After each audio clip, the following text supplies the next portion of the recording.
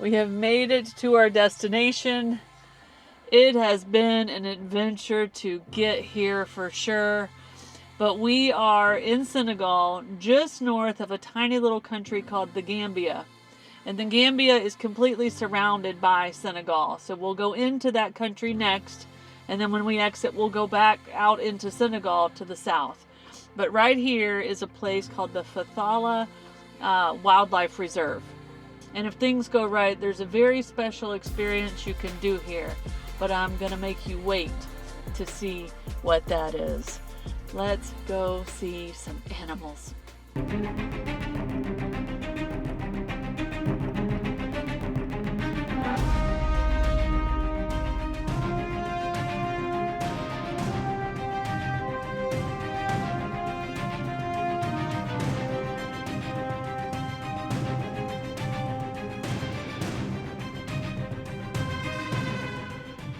So as we get onto the 4x4 here to go on a safari, I am super excited because, well, this is one of the main reasons we came to Africa. Obviously, we wanted to see the culture, we wanted to see the mountains, the trees, all that type of stuff, but we were really excited to see the wildlife and the animals. And this, other than the camels and some of the other warthogs, this is our first big opportunity to really see wildlife. Now, Snow's gonna tell you this is a very big natural preserve, but the animals roam wild. And so as we stroll around on this 4x4, well, first of all, we were lucky enough to get our own little tour, but we're just scanning the prairies, the grasses, the trees for animals. And it's not as easy as you would think. Now, there's a lot of different animals here, and so we don't know what we're gonna see, even though it is a natural preserve. It's huge. And well, the animals move about, and sometimes you see them and sometimes you don't. But let's try to find some of these big old creatures. So we got to our first open area where the animals seem to group up. And the easiest to spot because of their distinct color pattern is the zebras. And this may sound weird, but they got the cutest little butts I've ever seen. But there's monkeys running around here, there's some buffalo, there's some types of antelopes. But as we leave this area and start getting farther out into the savannah, I want to tell you a few things about this place. Now, we're located just north of the small country of the Gambia in Senegal. This is nearly 15,000 acres of protected forest. It features a diverse landscape, including savanna woodlands, gallery forests, and wetlands. The variety of habitats supports a wide range of wildlife. Now, some of the animals we're looking for today are the western giant eland, which is a rare antelope species, the roan antelope, water bucks, bush bucks, giraffes, rhinos, buffalo, warthogs, 3 different kinds of monkeys, and a rich variety of bird species. Now, when you're on a safari and you're looking for animals and there's this much space, you'll never be lucky enough to see everything they have. But we're gonna see what we can find right now. So, we've just left that big opening, and well, we've been riding around since, just pulling in and out. And what's cool is the 4x4 gets off the road and we are really looking for the animals. It's so cool. And we've seen some water bucks off in the woods and some other deer-like animals, but we haven't seen yet the big ones like the giraffes, or we haven't seen the rhinos, so our eyes are peeled trying to find those. Oh wait, Snow just spotted a giraffe. My first trip, more than 2 hours. Oh yeah. Find them, yeah. I see now, but very tired. Yeah, Apa aja sarai? Oh, There's two, and then there's a third one. yeah, I see. I used to be known as the wildlife spotter, and although we may be rusty, it seems to be coming back because our tour guide says we are super lucky to have spotted the giraffes. Now we're turning around and we're pulling off the road so we can get closer to them. But while we're doing that, I want to tell you that our safari ride comes with a driver who is always helping to find the animals and a tour guide that rides in the back with you that can help you spot things and tell you about them when you see them. But we're going to stop here for a minute and just watch these majestic creatures eat leaves from high up in the tree.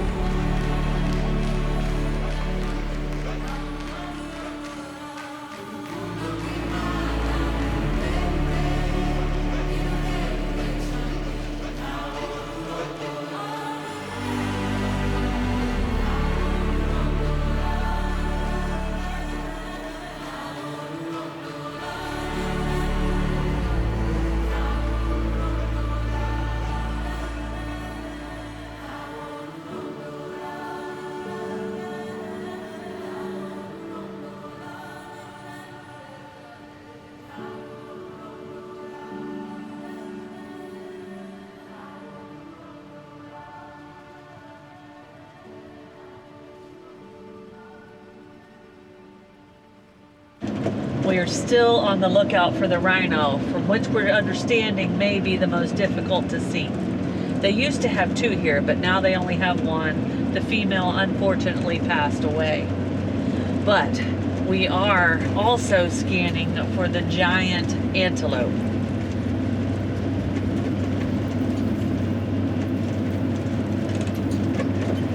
Our guide spotted a couple of the antelopes and they drove us off-road further up into the savanna trees, and we found a whole herd of these Look at giant these antelopes. things! Look at them! They're so big! Yeah, and we're trying to figure out which one is the male that's in charge. There's 3 or 4 good-sized males, but So I think these things work like most, like I'm going to call them deer species. I don't know if they're the same, but where there's one alpha male. So even though as we look out here, there's I don't know, 20, 30 of them, I think there's one alpha male. There's several other males and a lot of females, but I believe it's his herd.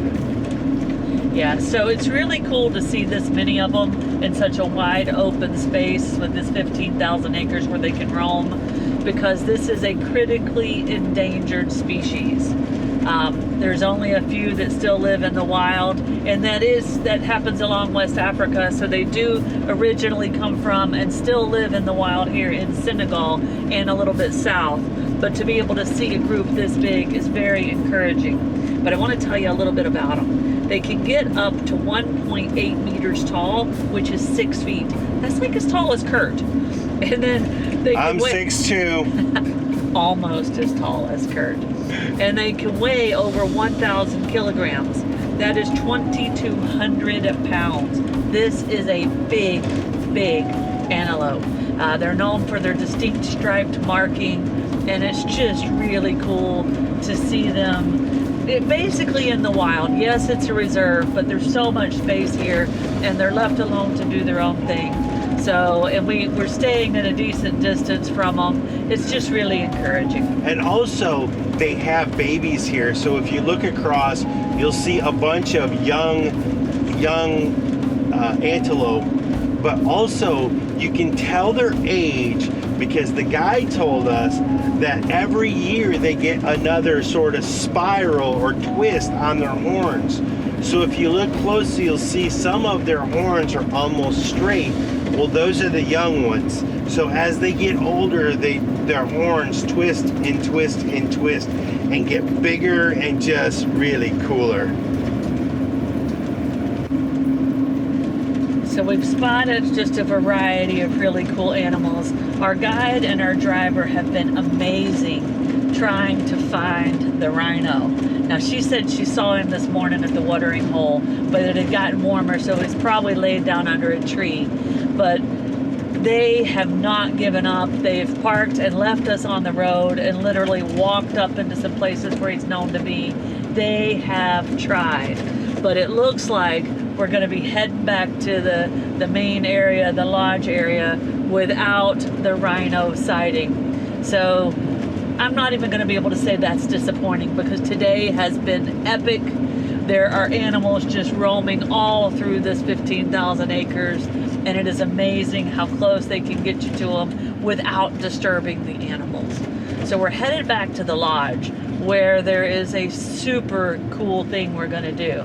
But as we're making the drive in, I want to tell you that you can come here and they actually have hotel rooms, like lodge, that you can stay in. There's a restaurant here.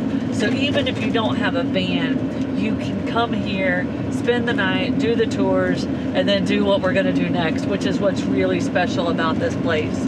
So I think it cost what? I think it was probably about $150 US dollars for both of us to do this full tour like this, and worth every penny, and we're not even done. Now you guys know we love cats. Our two cats have been in, I believe it's 34 countries, and well, some would say they're the most traveled cats in the world. And so when we were researching Africa, obviously we wanted to see the biggest cats. We've hunted them, we've looked for them in different places of the world where they exist, but we definitely wanted to hunt out the lions and see those. And when I was researching the lions, I came across this place. All right, we have finished up our safari ride through the reserve. And now we've taken a short walk from the reception area, and we're gonna go and walk with some lions. This is the famous lion walk here in Senegal, and it's the main reason we came here. So right now we're waiting outside of the lions area. The big sign says danger lions, so you don't go in without this guy right here. But the other guys, they've rounded up a couple of the lions and they bring them up closer to us, and we get to go walk and be fairly close to them. So we're pretty excited about this. How about you, Curt? They said don't duck down in front of the lions, because anything less than 1.5 meters they will eat, and like that they will pounce. That's why they have a height restriction here. So fortunately I fit the bill, so I shouldn't have to worry. And I'm taller than Snow, so that's all I have to remember, is stay bigger than her. Yeah, so, but anyway, we have these cool sticks, and I wanted to take a minute and tell you about them. They're not to guide the lions or fight the lions or anything like that. They're a sign of respect. The lions have learned that they mean that we respect them, and they even have their names on there. So Tyla and Tana, and then another one is Lisa, Chris, and Cece. Those are the larger lions that are here. He said they have 15 that they protect in this reserve, but they don't bring them all up at once. So we're gonna get to see 2 of them, and I actually see them in the distance, guys. It's time to go walk with some lions. They're giant.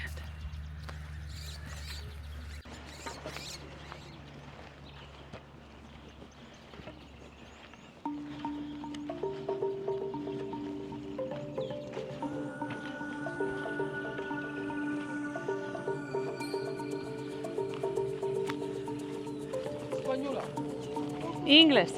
Poquito Española. English. United States. Yes, Florida.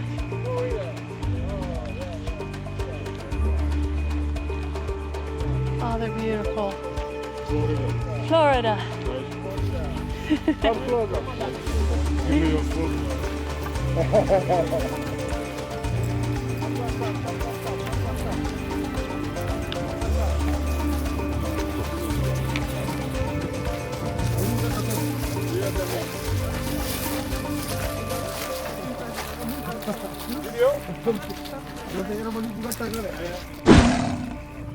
Hello, Uncle. I'll need nothing, wife.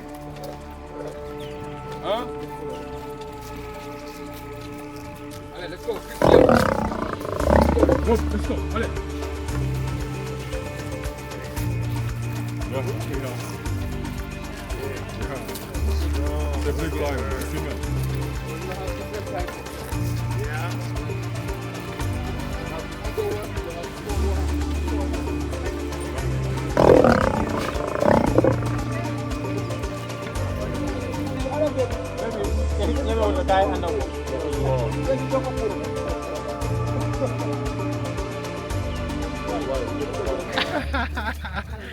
Crazy. We can highly recommend this place. The guides were safe, stern when they needed to be to keep us the safe distance away, managed quite a group of us. I'd say we were out there with 18 to 20 people walking with the lions. It's a professionally ran place, so we do recommend it. It's a little bit off the beaten path, but if you're in this part of Senegal or close to it, you should come here. Now we have a decision to make. It is late in the afternoon. It's probably about 3:30 or 4 o'clock. We are about 3 miles from the border of Gambia. And the question is, do we go ahead and cross the border today or backtrack about 30 minutes to find somewhere to sleep here in Senegal? Because we can't stay here. They won't allow you to camp at the reserve overnight. And what some of you may know is our day actually started in the last episode. Yeah. So we already been traveling for like 4 hours drive just to get here. And let me tell you, it was a crazy drive. So we're pretty beat. So I guess hold on just a minute and we'll decide. A little bit of a spoiler, because this vlog is coming to you from Gambia. We did decide to cross the border, and as you know, you cannot film at the customs office, the immigration's office, or the police stations at the border checkpoints. So I'm showing you the footage now. We were just too close to not give it a try, and we asked one of the lion trainers what he thought about our possibility of getting across the border this late in the day was, and he said we should have no problem. And he was correct. As soon as we pulled up to leave Senegal, we were welcomed by some friendly police that kind of took us through the steps. First we had our van paperwork checked, and then we went over to the immigration office where the police scanned our fingerprints again and stamped out our passports. And then we drove literally maybe 100 feet, and we were welcomed by some police in Gambia and told where to park, and just took right in and kind of told the 2 or 3 steps to do. And that involved getting our van checked in to the country, and then going to the police station and getting checked a little bit there. And then you actually sit down with a man in Gambia, because there you have to get an official visa on arrival. And sometimes when we say visa on arrival, that means just getting the stamp in your passport. Here you actually go through a short interview, and then they actually stamp a different kind of visa type thing in your passport. Their English accent is tough to understand. It really is. And they speak a mix of whatever. And they talk fast. Yeah, they have a harsh accent. It's not being English. Yeah? Nice to meet you guys. Nice to meet you. Your name? Curt. Curt. You? Snow. Snow. Me Musa Sala. Musa Sala. Yeah. Very nice to meet you. Nice to meet you guys too. Thank Alright, you. have a safe journey. Thank you. You have a safe journey too. Alright, thank you. Take care. I got it. Okay. Friendly here.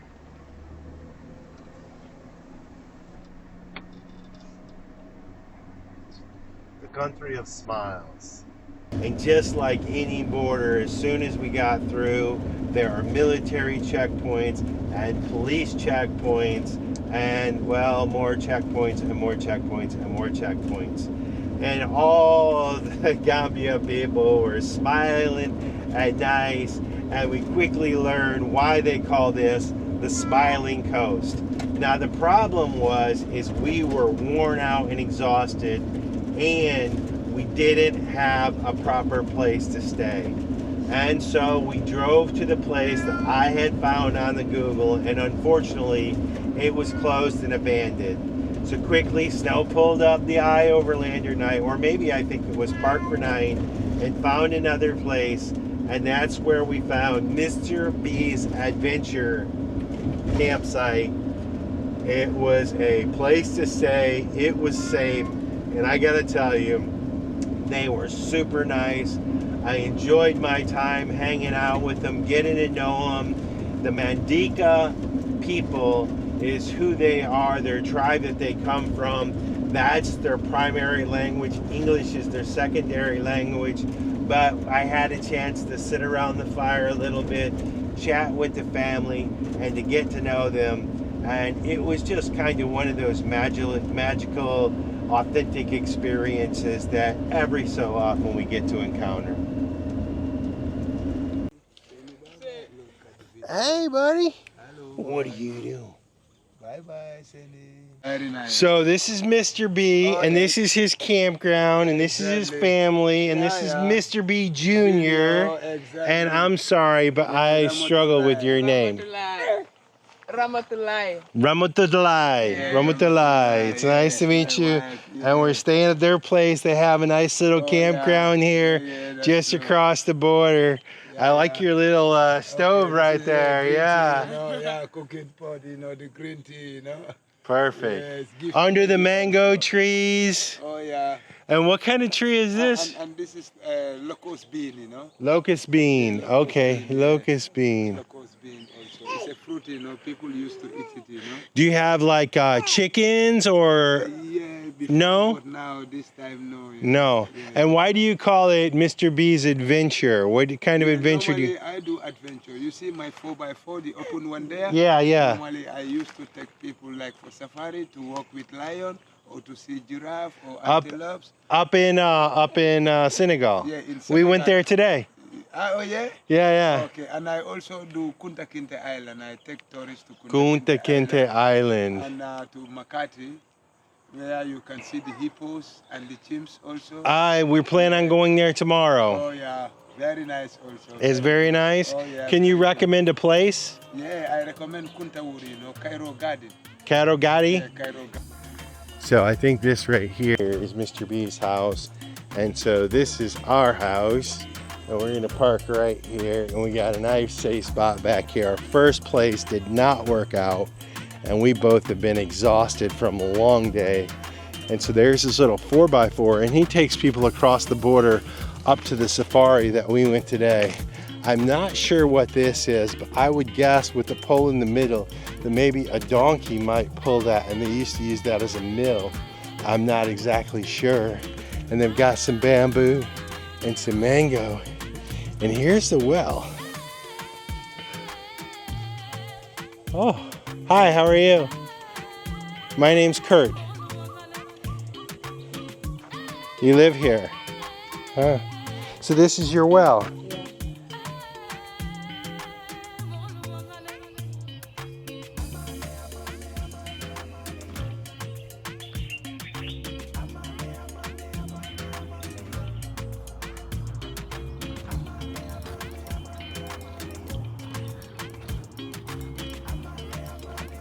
We are back on the road this morning. We have about a 3-hour drive to get to our next destination, which is one of the main reasons we are in Gambia, or Gambia, however you want to pronounce it. This is a country you can't go around if you want to. And I do want to mention, I don't think we told you yesterday. I know we told you at the border that you had to get your visa on arrival, and it was a little bit more official than just getting a stamp in your passport. That costs $100 US per person. So coming to this small, beautiful country is not free. You must pay your visa fee. So some people go around Gambia, but we were not missing this place we're taking you next. So first things first, we got to get some fuel and get to our next place, and then we'll tell you all about it.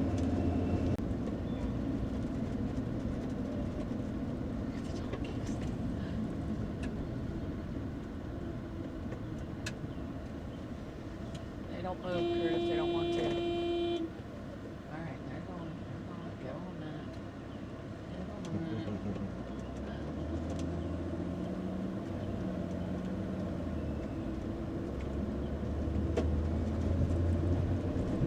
Community guard. Carrying water.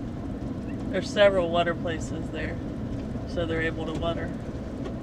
Program youth. I bet that's a Teaching them how to grow their own farms. community. Gambia has a population of 2,700,000 people as of 2023. This is an increase of almost 60% from 2013, and is projected to reach 4.3 million people by 2050. The Gambia is a small country in West Africa. Gambia is bordered by Senegal on all three sides except for a small coastline on the Atlantic Ocean. It's the smallest country in mainland Africa in both terms of land area and population. Despite its small size, the Gambia boasts diverse ecosystems, including wetlands, forests, and coastal areas. These support a variety of wildlife, including monkeys, leopards, and numerous bird species. Tourism.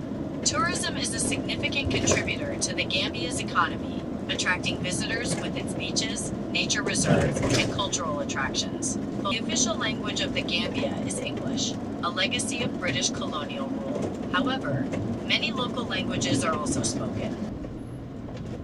I guess this is the river, huh? I don't think so. I don't think it's big enough. I don't know.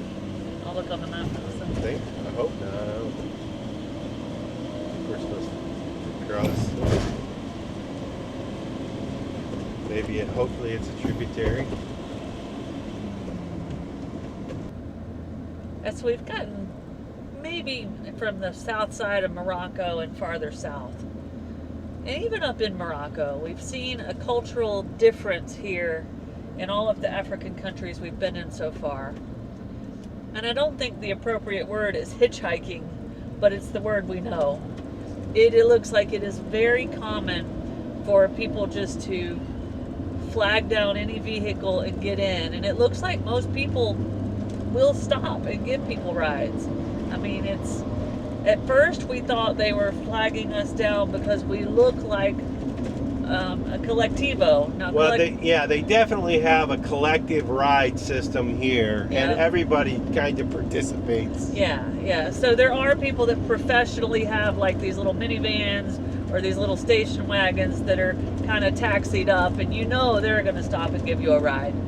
But I think it's normal for just anybody to get waved down, and if they feel like giving somebody a ride, even the motorcycles, we've seen them pull over, and I think they're probably picking up somebody they don't even know on the back of their motorcycle just to give them a ride to the next town. So it's a cultural thing that is definitely different here, and we get waved down a lot. And at first we thought it's because we looked like a bus, but I think you just wave anybody down here. Right, Curt? Yeah, well, also, Snow's noticed that if there's a rack on a vehicle, like a car or especially a van, it is loaded with anything and everything, including goats and livestock and whatever they're carrying to their next destination. So those are definitely pulled over a lot. And we have the attic up top. So not only are we a big van, but also we have the look like we have storage up top. But I will say some of the vans and some of the buses are really done up fancy with all sorts of detailed artwork and or different decorations hanging off of them.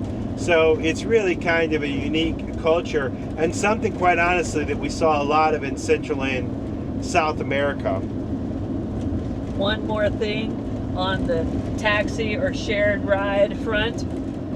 They have donkey cart taxis here. Yeah. I mean, you get a wood platform, put two round things on it, call it a wheel, have a donkey, and you can have a taxi service here. They are very good at figuring out how to get places here. I mean, hope I'm safe. Oh, yeah. Taking my image. All right, 2 chores down, 1 more to go. We were able to fill up with fuel. Of course, as we expected, it was cash only gas station, but it was professional and looked like good fuel. The ATM went smooth. The only hiccup is our Wells Fargo's would not work there, but our Charles Schwab's did, and that's one of the main reasons we travel with different kinds of banking cards. So we have enough money, we believe, to get us through our next couple of days here in Gambia. Next up, the grocery store. But this is a busy little city market area. It is bustling, and today is Sunday, and it looks like this is a major trading post. And again, we are just fascinated and riveted by the activity in the market, and it's really overwhelming, so it's too much to describe, and some of this I think is best just to show you.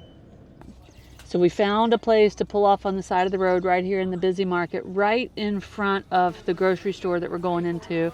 Now it's called the Paradise Market. We found it on iOverlander. We would have never found it without iOverlander, but it brought us right to it.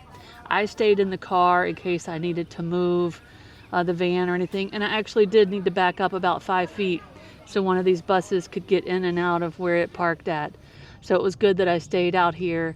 But Curt is in there. He's going to try to get a couple of shots of what the inside of a grocery store is like, but we're able to park right in front of it, so I can give you a good view of right in front of the grocery store.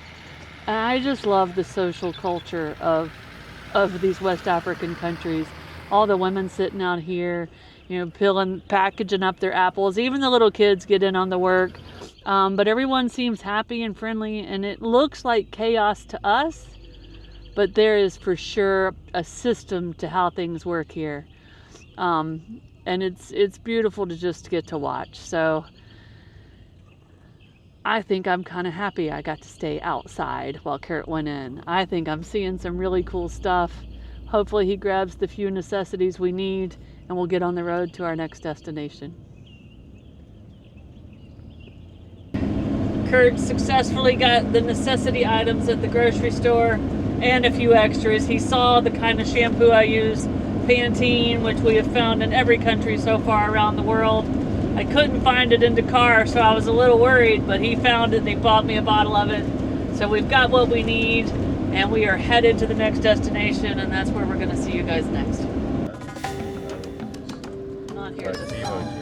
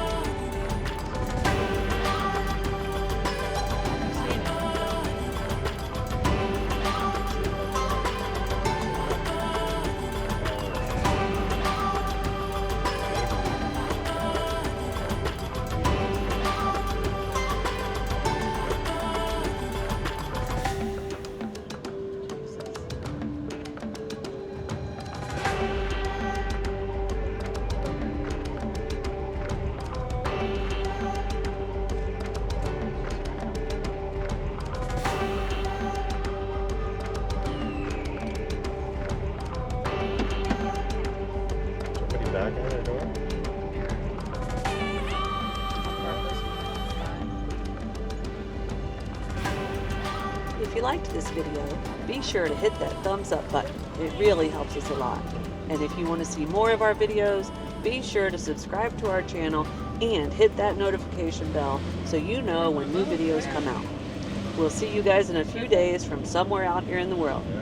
Cheers.